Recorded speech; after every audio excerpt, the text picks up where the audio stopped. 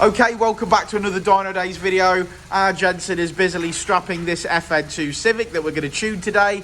Now this one came in absolutely stock and we have done some modifications over the last day or so. It's had an RRC inlet manifold, a CPL big bore induction kit, a Jap speed 4:1 manifold mated to a Tegular 70mm exhaust system. These are the modifications that we recommend. Best value for money, best increases for your pound. So now we're gonna do a stock power run. In fact, we're not gonna do a stock power run because it was stock beforehand, so they make about 198. What we are gonna do is we're gonna flash an Ecutek race ROM to the stock ECU, and then we're gonna set about tuning it. So here we go, guys. We've reached 10,000 subscribers now, by the way, so we really appreciate you all. Let's get cracking.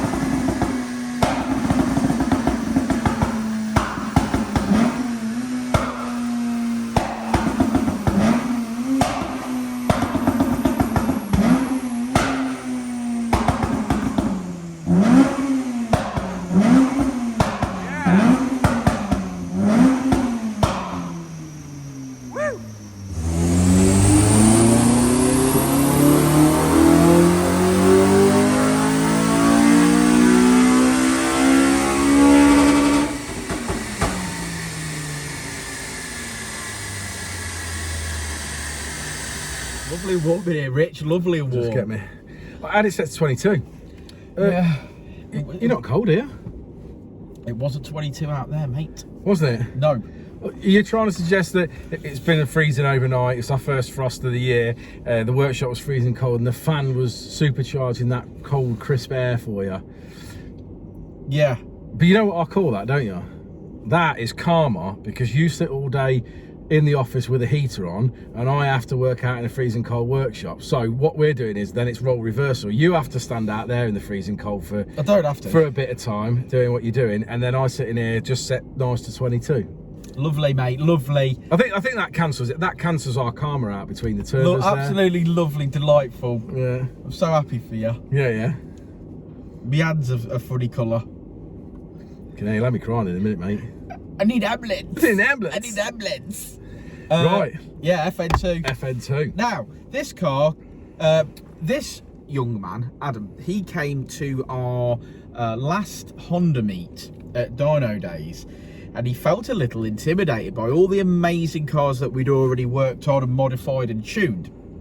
And I went out to him and I showed him around and I introduced him to some people, and I talked to him about mods for a little while, and he decided yes, it was in fact the place for him.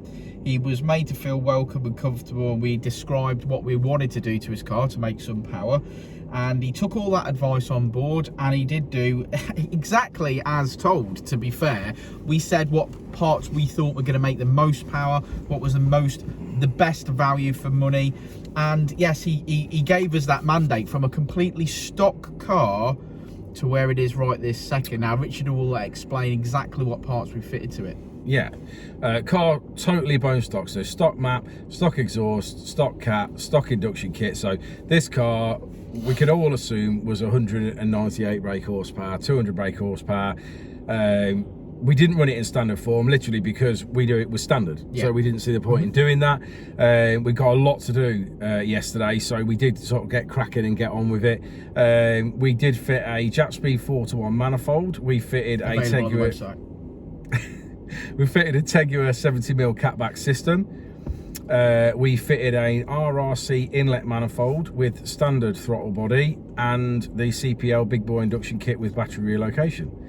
According to Dan, they're all available on the website. Yes, they are all available on the website. Yeah. We have provided all these parts, and Richard and Jeno have indeed fitted them. So we did all that. We got all that all on the car, got it all sorted out, put it on this morning, obviously, put an Ecutek license on the ECU, and then obviously started tuning.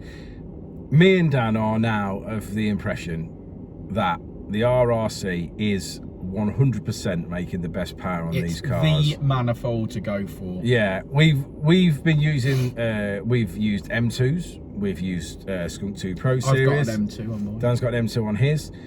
We've done it. We did briefly talk about it a little while ago, probably around about 4 weeks ago now, I think. We did 3 cars in a row that had all got RRCs on them, and all of them did 230 to 235. The one that did 235 had the J35 throttle body on it. It did 235. Now at that point, sometimes you might just think you've got a healthy car. So if it was a one-off, you might think, right, it's a really healthy car. It just did. Some cars do better than others, so that might have just been ruled out that way. But we did 3 with RRCs, and they all did really well. Then we seem to go back to a run of M2s, standard inlet manifolds, Pro Series, so on and so forth. Not seeing any of them make over about 222 to 225, I would say, that none of them making over that. Certainly standard inlet manifold, not even breaking the 220s. And again, we fitted an RRC to this car, and this car outperformed the rest of them, hasn't it? I mean, this is, again, sat at 232. No cams in it, exactly the same. That's 2 brake horsepower more than Dan's with an M2 on it. This has got exactly the same mods. Dan's has got a set of cams fitted and a M2 inlet manifold, and it's only making 230.